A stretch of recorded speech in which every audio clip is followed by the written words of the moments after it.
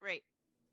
Well, welcome again, everybody. We are going to go through tips of the trade for teaching outdoors. My name is Sarah Gladu with Coastal Rivers Conservation Trust, and it's wonderful to have you all here as educators because you know obviously a great deal about about exactly this, and really so this allows us an opportunity to dig deeper into the subject matter, since all of you have been teaching for some time with a variety of students with a variety of needs.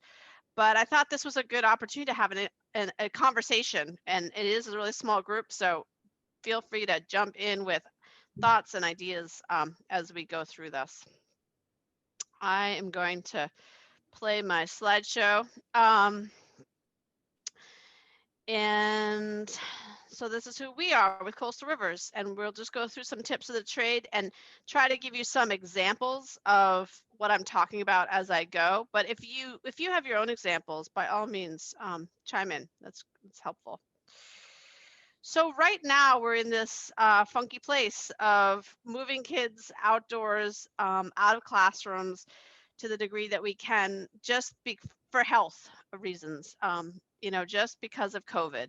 And it's great that we're doing that. I mean, I, of course, come from this field of outdoor education, so I hold strongly to this as a way of reaching kids that sometimes are hard to reach in a school setting or don't want to participate in kind of routines that go on at school, but once you take them outside, they might open up.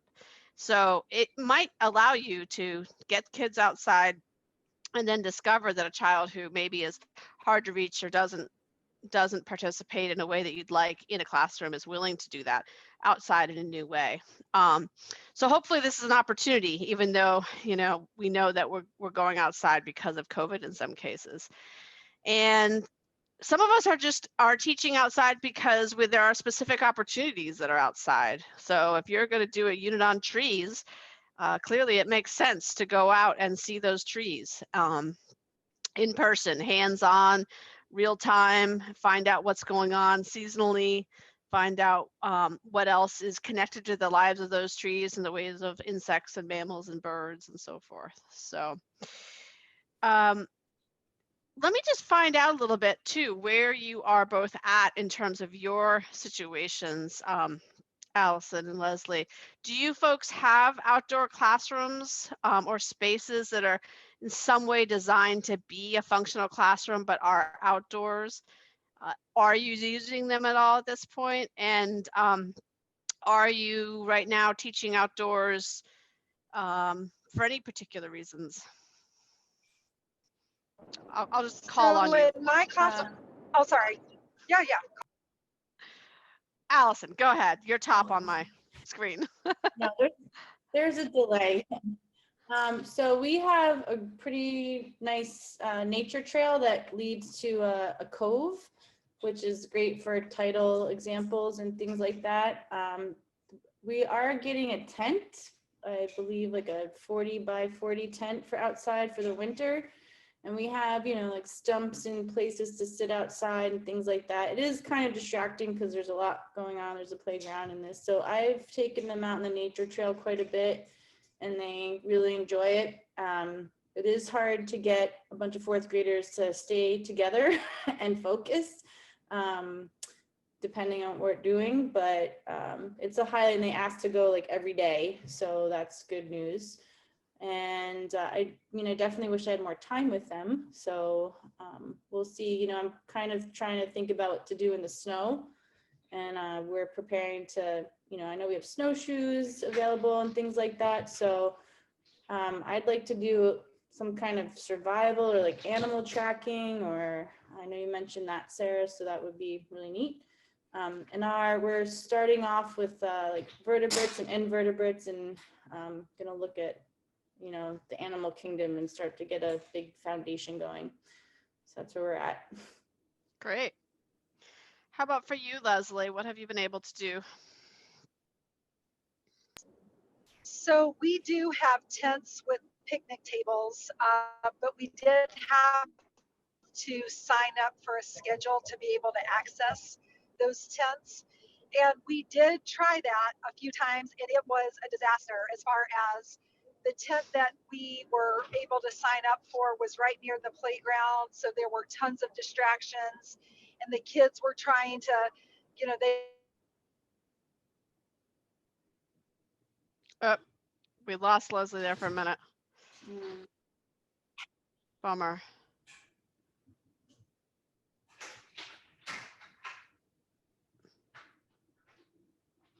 All right, well, we'll let her. Oh, I've lost you. Can you hear me now? I can, go ahead. You were just saying Sorry. about the distractions. Go ahead. Yes, and so it was pretty much impossible to try to have the kids sit and focus, especially where the tent was.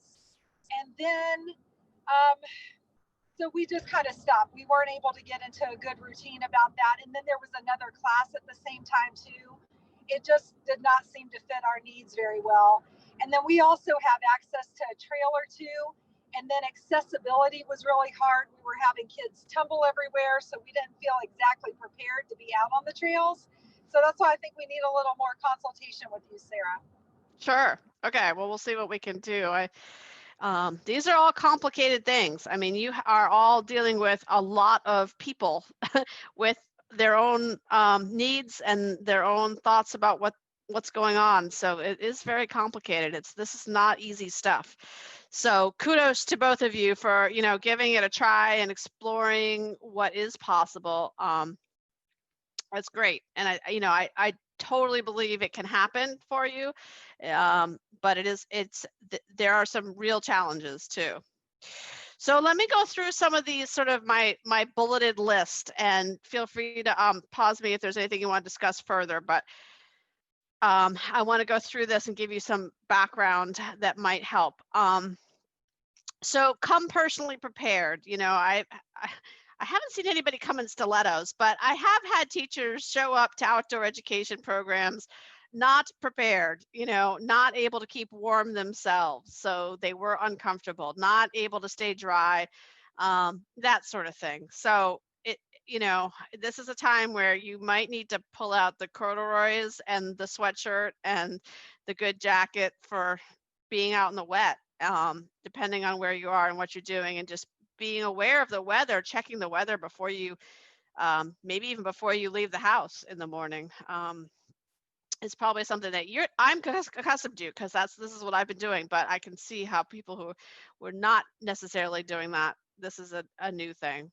And then coming prepared with, whatever first aid kit and radio and teaching tools, maybe a small dry erase board that can travel with you, and pens, a backpack might be useful. So again, these are just things that it wouldn't necessarily occur to you if you haven't been teaching outdoors on a regular basis. Helping the students come prepared with appropriate outdoor clothing is key. It's very hard because they often do not. And some schools have great resources. I know GSB has, an incredible resource in terms of what's generally available. I don't know if that is still available during COVID times, but it is often available. But there are also other ways to get gear. So if teachers are struggling with getting gear that's appropriate for the kids, you should certainly talk to me, and I will work towards helping people get gear for people. And there are other resources. Carl's Kids is a local charity, and they want to see kids be active and be outdoors, and they have a very easy online application. And they might be able to help, for example, if you've got 3 kids without boots or something like that. Maybe that's a way you can access that. Local businesses do donate sometimes, and that is a lot of legwork for teachers. So again, you might, before you do that, come to me and see what I can do in the way of support. And I've seen teachers do successful GoFundMe projects. So, they know they need 20 rain ponchos just to make it so the kids can be outside during the wet, or whatever the situation is. Sometimes that has worked for people as well.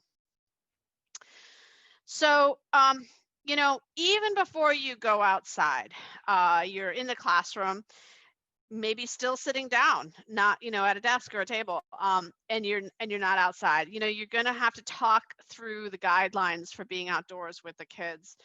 And you may find yourself wanting to have that list, whatever list you come up with guidelines, as something that you can refer to when you're in the classroom and when you're outside, and then maybe every day for a while until they get into the routine of, okay, we're going outside, so we have this set of guidelines. And a lot of times, Angela and I, when we teach her, we are able to get the students to generate these, so they're in their own words, and we write it up in a bulleted list on a big piece of newsprint or something like that, and we hang it up and we make it accessible to the kids. You're going to have to think about things like, is swinging from trees okay or not? In the environment that Angela and I teach in, we do let a lot happen that maybe some classroom teachers would not be comfortable with. And so I think for yourself, I encourage you to think through, what do you personally feel okay with? What does your school allow? And, when is it okay, for example, for a kid to swing from a tree or climb a tree? In a lot of situations, these, I think of your kids, Leslie, these are great experiences for these children. Many of them, believe it or not, have not climbed a tree necessarily. Allison, same for you. I mean, it's amazing to think about, honestly, but they haven't climbed a tree. So if a teacher was to say, like, this is an opportunity for you to climb a tree or swing from a tree or sit on a tree limb that's not too high up or something like that, that might be a really exciting and lovely opportunity for them. But you need to come up with the guidelines, how high they can go, how many people can be in that vicinity when it happens, so that nobody's under the tree if somebody is sitting on a low branch, things like that. Maybe you have a particular tree that's really great for swinging from or climbing from, and you can allow it, just from that tree and not from other trees if that feels good. So, the big part about guidelines, I think, also in terms of, what's permissible is the space. All of a sudden your four walls are gone, and so you don't have that automatic control factor. And so when you set up the guidelines for the students, you'll want to talk to them about, okay, so and every teacher's different, so it just really personal preference. But if you're walking out through a wide open space, say a play area, where a ball field maybe, where there's not going to be anybody, maybe you can make the guideline for the kids is, hey, when we get to the ball field, you can run around as much as you want, and that won't be a teaching moment for you, but that'll be a time for them to just cruise around, and then meet me by the backstop or whatever, meet me at the big oak tree when you're done running around, or when I get to that oak tree. So you're giving them boundaries that aren't visual cues, but they are cues every step of the way. So I walk through the ball field as the teacher. You kids can run around while I'm walking through the ball field. It's so inviting for them that it's almost not worth it to try to stop them sometimes.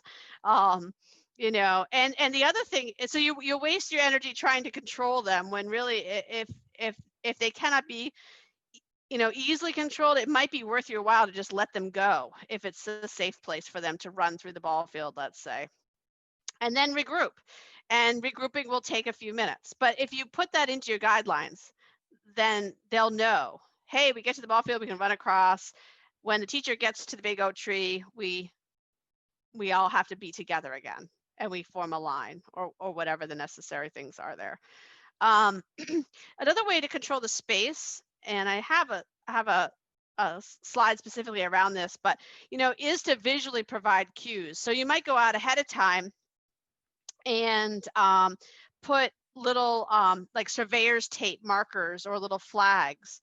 So if you're going to be, for example, in a region of the woods, let's say you walk down the trail a little ways and they're in a line, but then you get to a place where you want to allow them a little bit of freedom, but not so much freedom that they're going too far. You could put little flags, little surveyor marks or whatever, out in the woods in that area. And then if you leave them there and you use them over and over again, they'll get accustomed to it. So you can eventually move the flags to a different spot if you want a different spot to explore. And the rule in the guidelines is, stay within the flags. And another guideline when you're on the trail is maybe, you always have to be able to see the teacher, or you always have to be between the first person in the line, who's the teacher probably, and the last person in the line, who might be the assigned caboose person, whether it's a teacher's aide or a specific student. So that may help a little bit. But anyway, getting the guidelines down for the students in terms of space, in terms of what is allowed, and then of course in terms of what their behavioral expectations are in terms of how they treat each other and how they treat the environment around them. Our guidelines are, that they're not to pick anything that's not being used for educational purposes. And so, for example, that allows us to allow them to, let's say they have, they're doing a research project on leaves and they want to pick 5 leaves to do their research project on. That's great, because we want them to handle those leaves. That hands-on moment is really important for their learning. It's tactile. You may be able to see things up close that you wouldn't otherwise be able to see. So at any rate, that's just a guideline that we use. Like, it's okay to pick a green thing if we're using it for educational purposes, but otherwise we don't want to, because we want to leave things the way we find them. Angela, do you want to add anything to that in terms of the guidelines and the types of guidelines that we use? I think you pretty much covered guidelines. I did want to, I guess, step back one step and just remind everybody that right now part of appropriate clothing or coming prepared is going to be to have blaze orange things during hunting season, just for the safety of everybody. Good point. Absolutely. Yeah, one easy way to do that is with surveyor's tape. Honestly, you can buy really cheap neon orange surveyor's tape and put a sash across everybody. And that's a really good way to do that. So obviously Leslie's a pro at this. In fact, most teachers are, but giving kids with special needs the support they need outside is a crucial part of being outdoors with them, of course, because their needs are going to be paramount for them to be able to enjoy the experience. And that seems obvious probably to most teachers, but it does certainly require special consideration ahead of time and careful planning. So I just wanted to put that in. This is actually my daughter. She's perfectly comfortable going out to the marsh. But and even kids without special needs labels may suddenly, when you take them outdoors, have experiences that they are not used to, and they may respond in surprising ways. I do, there was one child who was, I think she was about 9. We were walking down the hill at the nature center, and then there's the tall grass, and she got into the tall grass and she leapt literally into my arms, kind of half choking, half, just hyperventilating, because she wasn't used to grass touching her. And the tactile part of that was just astonishing to her. And she did a lot of work with us over the years, and she eventually was one of the people who could lead a troop of kids outdoors with us taking up their rear. So that, it is surprising sometimes what kinds of support they need, but a lot of times outside, they may need just reassurance that you are there to help them feel safe and be safe, and that may be an important part of what they need to know when they're going outside. And incidentally, just to circle back to that leading and following bit, Sometimes I do have a child lead the group, and I position myself at the back of the group because in a line, let's say walking through the woods, it allows you to see everybody. Um, and so if you have a student that you can trust and maybe likes a little bit of leadership, that often works well when you're sort of in the ambulatory part of your lesson. So you're walking along, trying to see how many different signs of animals, for example, and you could walk along and that student is in the front, and maybe you have some sort of signal as you go, you know, when anybody sees anything specific they want to share with the group or ask questions. So that way, as the instructor, you can see what everybody's doing, and it gives a child a chance to lead the group through the woods. Yes, Allison, go ahead.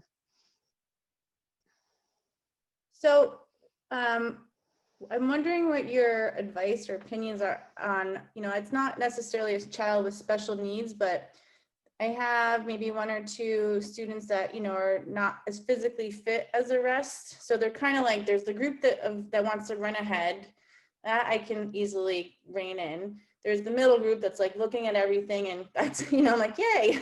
And then there's definitely one student who's, I mean, like way behind and trying, and then I can only, I like feel like I'm repeating myself with the encouragement and Right. not sure, you know, how to like bind that all together. Yeah.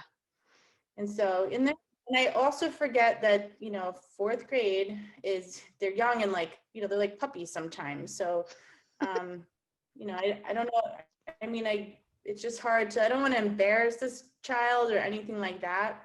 Right. So I'm not really sure what you think about it. Yeah, it's hard, and that's a good point, because within any group you will have diverging abilities and energy level even, and it may vary from day to day. You may have some children who really certain days they're worn out and they can't, you know, Fridays might be a day that you don't want to hike too hard because maybe the kids are worn out by the end of the week. And we're not aware of that in a school situation, you know, in a building situation, because we're not asking them to be physically available that way. So a couple tricks with respect to the group that is really divergent in energy levels. One is try setting up stations so that your activities or your projects that you're doing outdoors, maybe you have, I don't know, 3 or 4 stations that so you're not continuously moving around so far. You're still outside, and maybe you've got several things you know, several activities available within a relatively small space. So that's one way to do it. The other way is when you do have ambulatory times, like you want to hike from point A to point B, put that child who is slower, or even a group of children who are slower, in the driver's seat in terms of a game, and let the game kind of progress as you walk. So one really common game that we play while we're walking often is called camouflage. And if you teach this game to the children, they will play it incessantly and they won't really want to do anything else. But it is a fun game, and it's also a game that you can kind of tweak and make your own. So what happens is basically you have a group of kids, and maybe put the slower kid in the front and ask them to be the counter. And that counter person, and we call the game camouflage, but you could give that you can kind of make it your own. But at any rate, so that counter person walks down the trail with the entire group behind them, and whenever they want, they just stop, stand still in the trail, and close their eyes and count down from 10. Everybody else in the group has to go hide, and while they count down. So the person in the front is 10, 9, 8, 7, 6, 5, 4, 3, 2, 1. Everybody else runs and hides, and then the counter person can't move, but is allowed to open their eyes when they reach 1, and they just stand in one space, but they can turn around from where they're standing and they call out who they see. And the people who are seen come back and join the counter on the trail, And then when there's a group of kids who are still unseen, the counter yells, everybody else is safe. And then the whole group reconvenes behind the counter person. The counter then is allowed to walk down the trail a little bit further. And whenever they want, at their own discretion, maybe when the other kids aren't expecting it, and when the environment is safe for this or available for this, then the counter counts again, but this time they count from 8, 8, 7, 6, 5, etc. And then everybody runs and hides, and then everybody reconvenes after that. So games like that are good because everyone's having fun. No one's blaming the slow person for being slow. The slow person gets to be in control a bit. And it can significantly, however, slow down your hike. So, because you're just not moving as fast and you're having fun while you're doing it. But so it just be aware that you won't get as far as you might normally get. So games like that where you can, yeah. So anyway, there are some other ones too, which I can try to pull out of my memory too. But at any rate, and Angela might be able to help. But ambulatory games where you put the slow people in the driver's seat can really help that situation, and nobody feels bad because everyone's having a good time. Great. Nice. Thank you. Sure. Okay, so one trick is to bring extra educational tools out with you. So, if you're doing a science lesson outside, but you can connect that to an art lesson or a music lesson or a PE example, or a writing or a reading or any other kind of other disciplinary kind of activity, it'll increase the amount of time you're outside.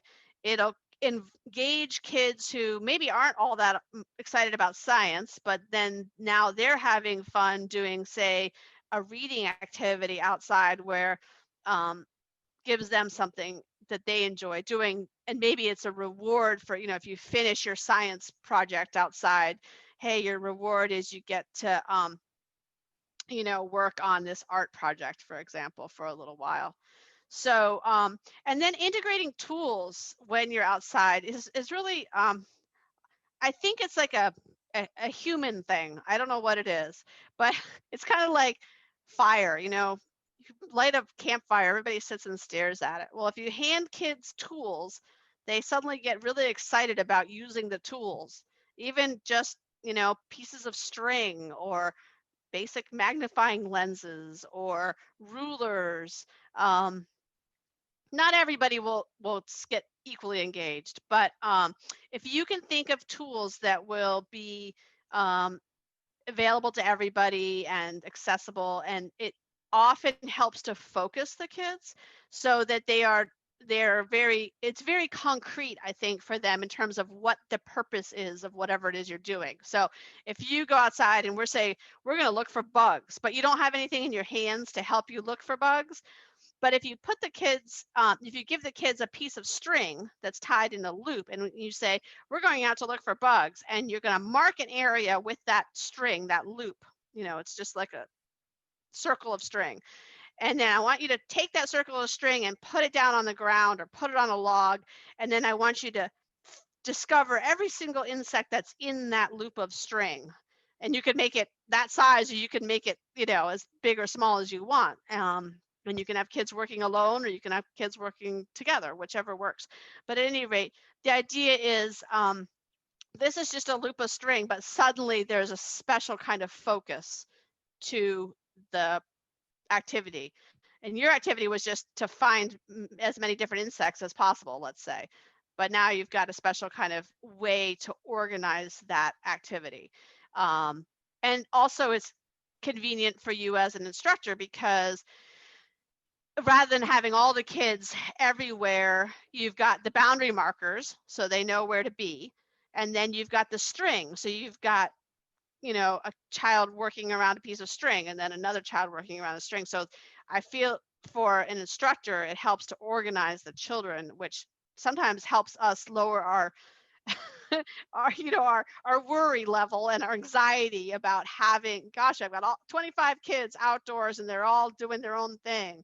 And that can heighten the just intensity of the experience for an instructor. So tools, and so tools to engage and lengthen out the experience and draw connections and make it more interdisciplinary, and then tools to actually make each activity itself more focused and to give the kids, and a part of it is just to give the kids the tool they need. If you're looking for insects, it's really fabulous to have a magnifying glass like that. That actually enhances the whole experience quite a bit. Excuse me. So this is hard. It depends on the school and the situation and the day of the week and all that sort of thing. But letting go of the schedule sometimes is immensely helpful. So if you have the ability to create a situation where you don't have to be back or somewhere else at a specific moment in time, it can enhance the experience for the kids in terms of helping them to relax and get comfortable in this place. You've created an outdoor classroom, or you've got kind of a study area where you've bound the area with surveyor's tape. So if you give them time to explore that area, or just sit in that area, or do reading in that area, or whatever the case may be, you may find that there's another kind of learning that can happen at that time. So a lot of times before I take kids outside, I make sure I do this, and probably this slide should have been earlier in my presentation, but when you head outside, give them a gentle warning about there will be bugs, there will be wetness, there will be cold, there might be things that happen that you're not expecting, but I'm comfortable helping you be safe, and I'm here to help you in any situation, so that those kids that do have just worries or anxieties or are unaccustomed to the situation can they can start to get their heads around this. And then if you do have somebody who is really has heightened anxiety about it, it's always helpful to say something like but getting wet can be fun, and seeing scary bugs can be interesting. Just putting a positive spin on it just before they encounter that anxiety in the field of, oh my gosh, it's a spider web and I'm going to freak out about that. Having goals in mind. I mean, this is something, of course, every teacher does when they are engaged in teaching, I think. You have your educational goals, you have your behavioral goals, and maybe the slide is even a little misleading, because really those are also shared with the students usually, and sharing them ahead of time or in the course of what you're doing is really important. But having goals in mind for extra credit opportunities is also really helpful. And so these extra credit opportunities are let's say you have a math lesson that you're doing where you're investigating something outside and doing some measuring, for example. Well, maybe you can create some extra credit opportunities so that and I'm just calling it that. It doesn't have to be named that at all, but these are opportunities for the kids to do something a little different, a little special, if they've finished whatever the task at hand is. Because one of the things about teaching outdoors is there's sort of endless possibilities for the kids to discover things or explore things. And so, okay, you've finished your measuring experience. Why don't you, the extra credit could be, something that has to do with measuring. It could have nothing to do with measuring. Maybe it's something completely different. But it gives kids an opportunity to advance in their learning and making discoveries. Find something that you've never seen before out here in this woods and see what they can find. Find the smallest animal you can find with your eyes, and draw a picture of it, that sort of thing. And then goals for you as a teacher, I think, are important before you even go outside. So you know, taking stock of where the kids are at as a group.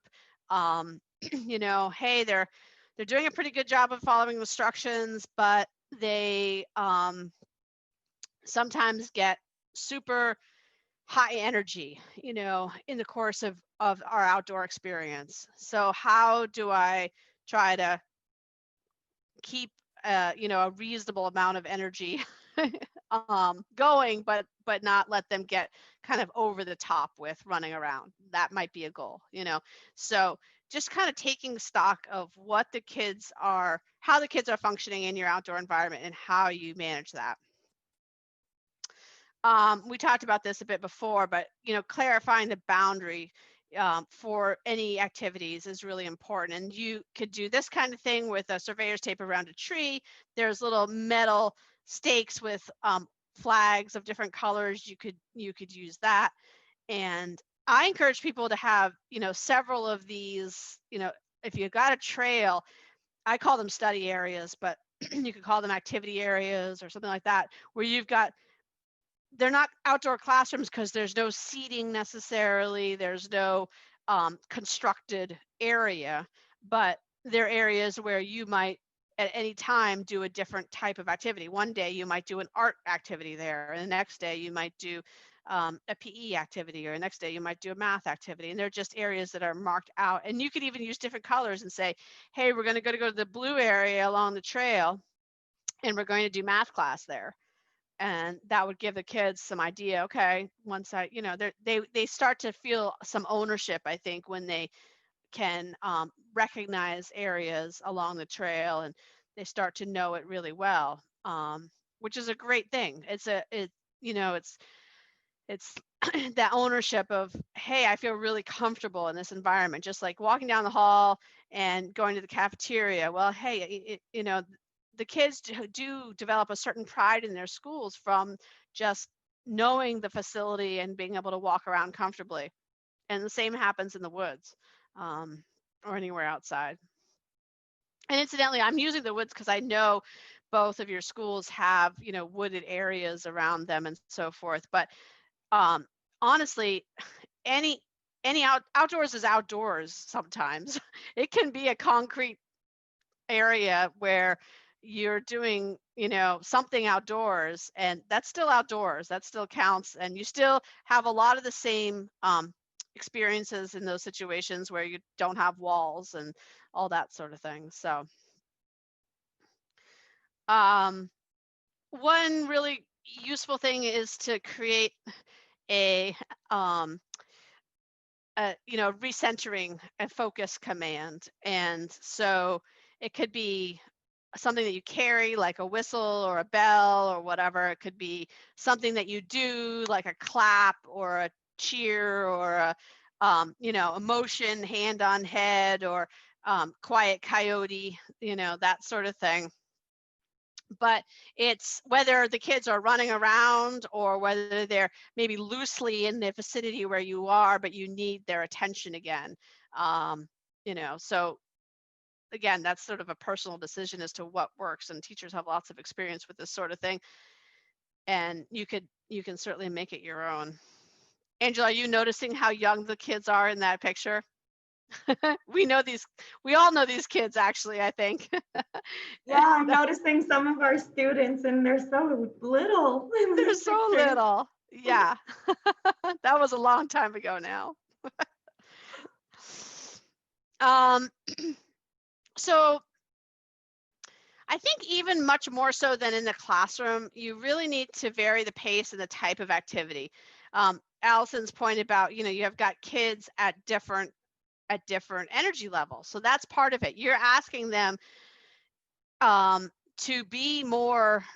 exert more energy in the course of a lot of outdoor activities that we're doing. You're walking, you're hiking, you're climbing, you're even just getting up and down off the ground. Some people do not, you know, kids included, oddly enough, don't get on the ground that often. So getting up and down, you know, taking your clipboard, for example, and like getting down, looking at ants, and then getting up and walking to another place, like doing that repeatedly all day long is more tiring than some kids even experience on a general day because they're just sitting in a chair for so much time. So having some time where kids are quietly sitting somewhere is important, and having some time when kids are allowed to just, hey, run to that big boulder over there, or crawl. You can use different, don't have to run. They can crawl, they can hop, they can roll, whatever's entertaining and safe for everybody.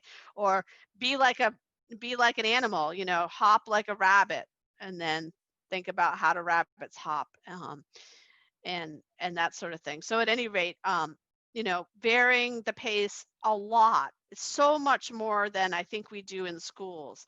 So for example, I'm thinking of like when Angela and I are doing activities at the nature center. I bet every 10 minutes we are varying, generally speaking, we vary the type of energy that a child is exerting. In you stand still on the trail for a minute and you chat for a little bit and talk about something. Then you walk on the trail a little bit, and then you everybody act like a deer for a minute and practice hiding like a deer would hide.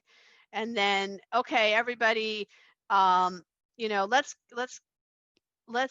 explore this mossy area, and everybody get down and touch the moss and feel, how wet is it, and how is it growing on this rock. So, that's a lot of different types of movement, but those are important parts. And if you build those into your lessons, it will help, because the kids will get a rest, and then they'll get movement, and then they'll get different types of movement. They'll get walking, and then they'll get climbing, and then they'll get up and down, so that all is important.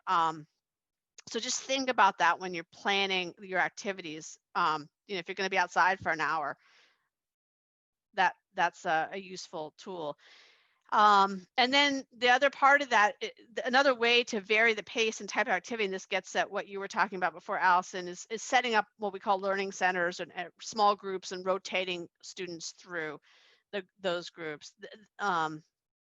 So you might have an activity where that's something that you from the classroom that you bring outside and have it on a table. So you could have like clipboards and pencils, and you're at a table and you're trying to solve a puzzle or do some math problems. And then another station might be, that you are exploring a grove of trees and trying to figure out how many animal tracks and signs you can find in that grove of trees. And then another activity is do a painting or a rubbing on bark, or so there's just a lot of different types of things, and you can of course tie them together in various ways. So building in written and oral activities for most lessons. I think a lot of times we don't, in a building situation, we don't tend to build in the oral translation back always. Some teachers do, some don't. But I find it's really important when you're teaching outdoors, because sometimes it's just complicated to have pencils and clipboards all the time. So you might have a group list, for example. You might carry a whiteboard with you, and if you can make a chart or a list as you go, and that belongs to the group at that point. And maybe they take that list and translate it back into something in the classroom. But building in charts and round robins, reflections, excuse me, I have charts there twice, sorry, lists and graphic organizers, and that'll help you assess what children are getting out of the experience when they're outdoors with you. And incidentally, one thing that works fairly well if you don't have enough clipboards for everybody is just cutting up cardboard, into clipboard size, and then put a rubber band around it, slip a piece of paper on that, and then you've got a clipboard. So I think some of you were talking about this before a little bit, about anticipating distractions, and it's a real thing. there are so many distractions outside, and so how to deal with that is definitely it's a very personal thing, I feel like, for teachers, because everybody has their own style of getting kids to focus back in. A few tricks that Angela and I use. So sometimes, when a unicorn appears, my gosh, by all means, if you need to take a divergence, if you possibly can, talk about the unicorn, because the situation is so extraordinary. You can't not talk about the unicorn. Or maybe it's a student who, never says anything in class or rarely does. And suddenly she says something about, or he says something about, a curiosity, a discovery that they've made. Well, in those situations, we all know we've got to take advantage of that and prompt the child to continue with their discovery. But there's many times distractions will happen that you really do need to reel them in. So how do you do that? Well, one thing is, you've already discovered that the playground is a huge hazard. And generally the kids don't know the difference between, they have such, they're so conditioned to going out in the playground and it for being a free-for-all, and rightly so, that they cannot hold themselves back when they see the playground. So don't go near the playground. That was, even before you told that story, that was definitely one of my suggestions, is avoid the playground like the plague. Yep, I Because learned that lesson very quickly. yeah, I don't honestly think there's a whole lot you could have done about that situation, Leslie. I would have been with you on that situation. That makes me feel a little better. Thank you. I felt like a big fat failure. Thank you. No. I think no. Like I said, you even just taking the kids past the other kids who are out on the playground and intending to go beyond them and forget about them is so hard. It's such a distraction. So if you can at all, avoid the playground, avoid anything to do with it. It's just very distracting. I don't know how else to say that. So a few things that you can do though. Part of it is the boundaries that will help, setting boundaries, setting expectations, having behavioral expectations, having a refocus, kind of a tool, whether it's a clap or whatever. And then in terms of the other distractions, honestly, you sometimes just have to keep them busier than the distraction keeps them. So play a really fast-paced game of camouflage. You be the leader and count down from 10 and then count from 8 and so forth. That will keep them pretty entertained, and then they will come back and refocus more easily often. It might take some time to refocus, but it sometimes does work. And having a sort of a little bag of tricks is really helpful. So for example, being able to blow with, take an acorn and use it like a whistle. I've seen Angela do that. It's very attractive. Of course, then you get a bunch of kids blowing on acorns, which you may not want. But sometimes there's, everybody has their own bag of tricks, but things like that can really help. And the other thing is, go out to your site in advance if you possibly can, and anticipate them. And I think that's the biggest thing. So that if you tell the kids ahead of time, all right, we have to walk through the play area, but let me tell you, we are not stopping to talk to your friends. We are walking through the play yard, and then we are going to have our math lesson. Just to give them fair warning. And sometimes that is enough to just sort of set them up for success instead of retroactively setting them up for not success or whatever else happens. Anybody else have good terrible distraction stories that they would like to share? Because I think this is one of the biggest things that people deal with. Well, my other part of the distraction story was when we went out basically on the trail into the woods. It's just such a novel experience for so many of those kids that they were not on the trail. Like, it felt so unsafe. So I thank you for doing this presentation, because I am really, really realizing how much planning really does need to go into it, and preparation and goal setting too. I think that I just kind of thought, oh, we can be spontaneous and go out just on a simple trail and come right back. But there's so much more to it than just that. So the Yep. distractions of just the novelty of nature and the beauty and the amazingness of it all, but then trying to, get everybody contained and on the trail. Like, I need help, Sarah. So All right. All right. thank Well, you. yeah, I mean, it's complicated because you've got all these kids and they all are suddenly ready to make their own. They're suddenly scientists, every single one of them, and they're going to make their own discoveries. And so, if you have a group like that, the other part of it is maybe I would try playing off that. There's a cool story out right now. I can send you, Leslie, the link. There is a young high school student who worked with a local scientist. They're in the Bangor area. And this high school student just discovered a tardigrade, a new species of tardigrade. And there's a podcast out about this. And they're actually in the process of naming this new species. And the kids actually could vote right now on the new tardigrade name. They've got like 4 options or something. But it might be really cool to share with the kids, hey, this is, there are scientists out there in the world that make real discoveries that are new. Like, people discover new animals all the time, new species of phytoplankton, new tardigrades, new butterflies. And you all could be scientists and you could make a discovery, like find a thing that nobody has ever seen before.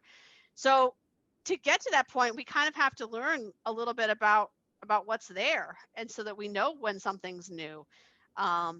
So let's turn you all into scientists and see what kinds of discoveries you can make today, and see, if they realize that there are grown-ups and kids and young people who are making discoveries, and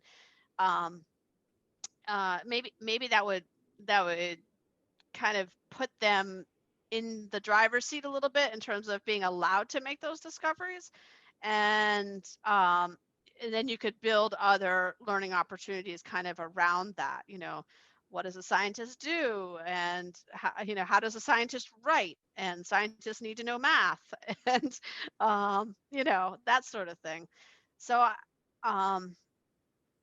it's a challenge, because these kids who have not had these experiences of going outdoors and just having the tactile experiences or the auditory experiences before, they're going to get super excited about it. So I think you're right, Leslie, like building in some of these boundaries and planning ahead of time, trying to anticipate what's going to excite them and use that to your advantage. If they're going to get super excited about some slimy algae covered puddle that's in the middle of the trail, then make that your lesson. And don't worry about the tree lesson that you were maybe planning on doing or thinking about doing about forest ecology. Make the lesson about the ooey, slimy green stuff that they're going to slip on when they go on the trail. Because that's always what they're going to gravitate towards anyway. So put some boots on them and have at it. Great points. Thank you.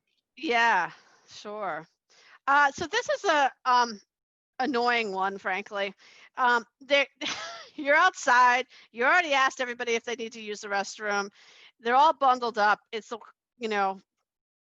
maybe you don't even have enough staff help for what you're doing anyway, and somebody needs to go to the bathroom. So just making a plan, whatever's appropriate for your school, keeping it in mind when you decide how far you're going to go. Is it okay for a child to go off in the woods and pee, or not? Is it okay for them to have a nature calls hall pass where they're allowed with a buddy to go? It depends on the age of the students and all sorts of things, but are they allowed to go back with a buddy and use the restroom and then join you again outside? Depends on where you are. So those things, just you'll need to anticipate a bit and try to figure it out. Do you need another staff person? Do you need somebody in the school building who's got your radio partner so that you can radio them and say, hey, I have 2 kids who need to use the restroom. Can somebody come meet me? And then you also need to have a good plan about how to meet up with somebody if you are going to use that method. So, they have to know what you mean by, I'm going to be over in the pine trees on the other side of the soccer field, that sort of thing. Being ready to incorporate nature is sort of something that sort of filters into everything that I do with the kids, but anticipating what, like we were talking before, about what they're going to encounter when they're out there. So you are out there on the trail, or you're on the edge of a soccer field, or you're on the edge of the driveway even. Those opportunities are going to be invaluable to you no matter what kind of a lesson you're doing. So if you go out ahead of time and you know there are going to be earthworms in this location, if you can build that into whatever you're doing, that'll help you. And you'll know how to prepare for the class. You'll know what the kids are going to encounter.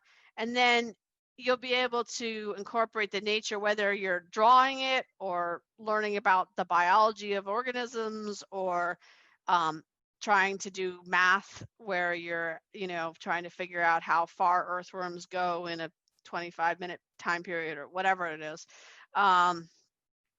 So, part of this is boning up on some of your fun facts. And so for some teachers, this is not a problem. Some teachers have, like all of us, have, some background in basic natural sciences, and some teachers, of course, this isn't their background. And so I just encourage folks to know what they're going to encounter so they can at least beef up on their fun facts around the things that they're going to find. Every schoolyard has earthworms.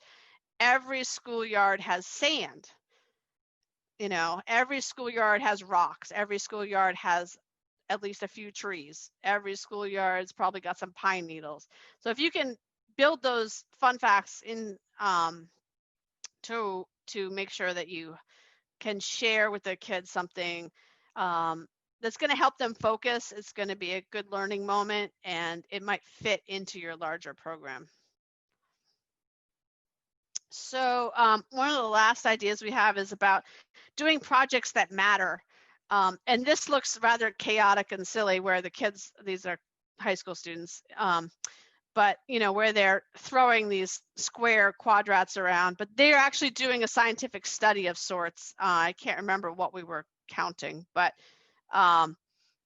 this is a measuring method, and students were putting these down and counting something in those squares. So and then that data is like real data that they added to I wish I could remember what it was right now. I can't remember what it was, but at any rate, there are many real science projects that are ongoing, whether it's Audubon's backyard bird count, where you literally are counting different species of birds that come to bird feeders, and then adding that data to an online form, and then it goes into I'm sorry, I got a phone call. I got distracted. It goes into an online form, and it's actual scientific data that's then used. I will send you the list that I compiled. I think actually it may be on our website too, where we have a variety of projects that are listed. Some of them appropriate for a wide variety of ages, some are not, but it's everything from naming stars to counting zebras in herds based on photographs that are sent by scientists and put online, all kinds of things. But I find, especially for the older kids, that doing projects that matter it's going to make first of all, they're going to learn real scientific methods that way. And second of all, it is more meaningful if they have a grasp of the importance of what information they're providing. So that and it can be if if they're involved in a local project, it can be very satisfying also to be engaged in something that is beneficial to the community, and it can have far-reaching effects. So, and if people are interested in finding projects like these for their students, I'd be happy to help find one that works for you and your students. And that is about it. Well, thank you so much for this, Sarah. And I would love to talk to you about trying to figure out a little project that we could do with our class, and Okay. just trying to figure out, ultimately, I do think that I would love to create an outdoor classroom that is kind of our space, and that we can learn about the boundaries, and we can learn about how to learn in that space and all of that. But I do love the idea of, you know, like maybe having one of the goals is just being exploration, where they're Yeah. able to, just browse and explore and, Yeah. pick up things and all of that. So it's just such a different learning environment. So, we're going from a classroom that's fairly highly structured, fairly, like we call it, sanitized, in the Yeah. sense that things are logistically placed. And, if there are kids who like to get into things that, they can't reach those things. So when you're like, I learned, when you're outdoors, like all of that stuff is kind of open and out there, and it's so enticing and so exciting. So I think, Yeah. I have a lot of learning to do and a lot of teaching, and I think, the kids do, they have a lot of learning to do, but they will be so excited, and we will too, but we just need a little guidance. Yeah, and I think, the degree to which you decide, you can make fairly sanitized outdoor classrooms if that's what is needed for your kids.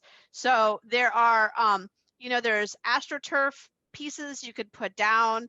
There are foam flooring piece sections that you can put down, and you can, if it might, I don't know what the needs of the kids are right now and so forth, obviously, but we should talk, you and I, Leslie, about this. But the degree to which you want to create a sanitized outdoor classroom, it should be part of the conversation, so that maybe you are working in degrees of acclimating the kids to this kind of situation. So for example, they may not be ready to be on the forest floor yet, but if you make like a foam sectional area in the pine forest, that might be helpful to them, so that they have a sanitized space within the atmosphere of the outdoors, if you understand what I mean. No, I totally do. And I'm Yeah. thinking, that's what I'm kind of thinking, that we're slowly acclimating them. And I guess my thought was, if we did have our own space, we could kind of learn how to function within there, and Yeah. then start broadening our horizons, like, moving outside of that circle a little bit more, so we can all make sure that we're making great choices and that we're super safe and all of that stuff. It's Exactly. just, yeah, it's just, I do think there needs to be planning, like, just invite, I'm saying this figuratively and literally, but environmental engineering, like even considering the seating, what's appropriate for a lot of these kids who, typically just sitting on the ground, would not offer enough support for a Right. variety of reasons, So it's Right. just things like that, and I know that I have Jessica Bickford's in my class too, and she, is all about this as well. And we tried to get out there this fall, but I think just with everything else going on, we were just overwhelmed, and we really didn't understand, how much more we needed to prepare and plan. Right. And so this was a great start. I mean, it gives me a lot to think about and a lot to Okay. share. And then I think if you and I can try to meet, then we can start making some plans and start making baby steps to getting Yeah. out there more. Yeah. No, that sounds great, Leslie. I'm really glad it was helpful, and we certainly can go from here and see what else is possible. So Okay. Well, we'll thank you definitely talk. so much. I appreciate it, and we will chat soon. Okay, that sounds good. Thanks, guys. Bye. Take care. Bye. You too. Bye-bye.